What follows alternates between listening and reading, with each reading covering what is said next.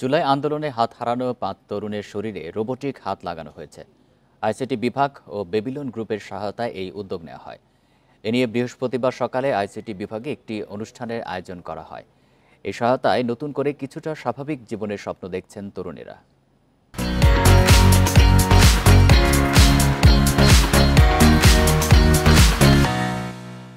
হাফিজ মোহাম্মদ হোসেন আহমেদ, তার যে হাতটির সঙ্গে হাত মেলালাম সেটি আসল হাত নয়, সেটি রোবটের। যিনি এই জুলাই গণ অভ্যুত্থানে তার এই অঙ্গ হারিয়েছিলেন শুধুমাত্র একটি বৈষম্যহীন দেশের জন্য। তো যাত্রাবাড়িতে আমাকে পুলিশ টাইমিং শুট করে, এবারে ঠেকিয়ে গুলি করে। তো ওইখানে ওই গুলি খাওয়ার পরে তারপরে পিছন থেকে আরেকজন ছড়া গুলি মারে। হোসেনের মতো মামুন, সাগর, নাইম, আতিকের শরীরেও সংযুক্ত করা হয় কৃত্রিম হাত। এদের সবাই জুলাই আন্দোলনে আইন শৃঙ্খলা বাহিনী কিংবা আওয়ামী লীগ নেতাকর্মীদের হামলার শিকার। নকল হলেও নতুন হাত নিয়ে কিছুটা স্বাভাবিক জীবনের স্বপ্ন দেখছেন তরুণরা। ওদের হাতে দা ছিল, ছুরি ছিল, আমার হাতে কূপ লাগছিল। কূপ লাগার পর আমার হাতটা কেটে পড়ে গেছিল। একবার না থাকার চেয়ে থাকা জিনিসটা ভালো, আর আমি মনে করি যেটা মোটামুটি কার্যকরী দিবে আর কি। দেশ স্বাধীন হয়েছে, কত বলতে পারতেছি, দেখুন এটি নিজের কাছে গর্ব লাগতেছে।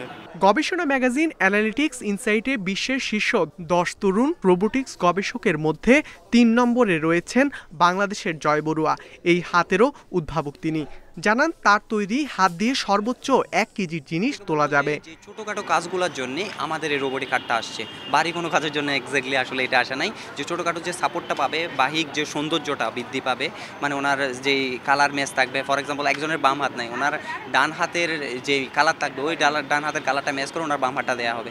আইসিটি বিভাগ ও বেবিলন গ্রুপের আর্থিক সহায়তায় এসব হাত স্থাপন করা হয়। আমরা যাতে আমাদের দায়িত্ববোধটা যাতে জাগ্রত হয়, যে ওদের জন্য আমাদের কি দায়িত্ব, এই জিনিসটা যাতে জাগ্রত হয়, সেজন্য আমরা আজকে এই ফরমাল প্রোগ্রামটা করলাম। মানভেদে এসব কৃত্রিম হাত স্থাপনে খরচ হয় 30,000 থেকে 2 লাখ টাকা। এরই মধ্যে যুক্তরাষ্ট্র, তুরস্ক, সৌদি আরব সহ 5টি দেশে রোবোটিক হাত রপ্তানি করেছে জয় বড়ুয়ার প্রতিষ্ঠান রোবোলাইফ টেকনোলজিস। ইকরামুল কবির, ইন্ডিপেন্ডেন্ট নিউজ, ঢাকা।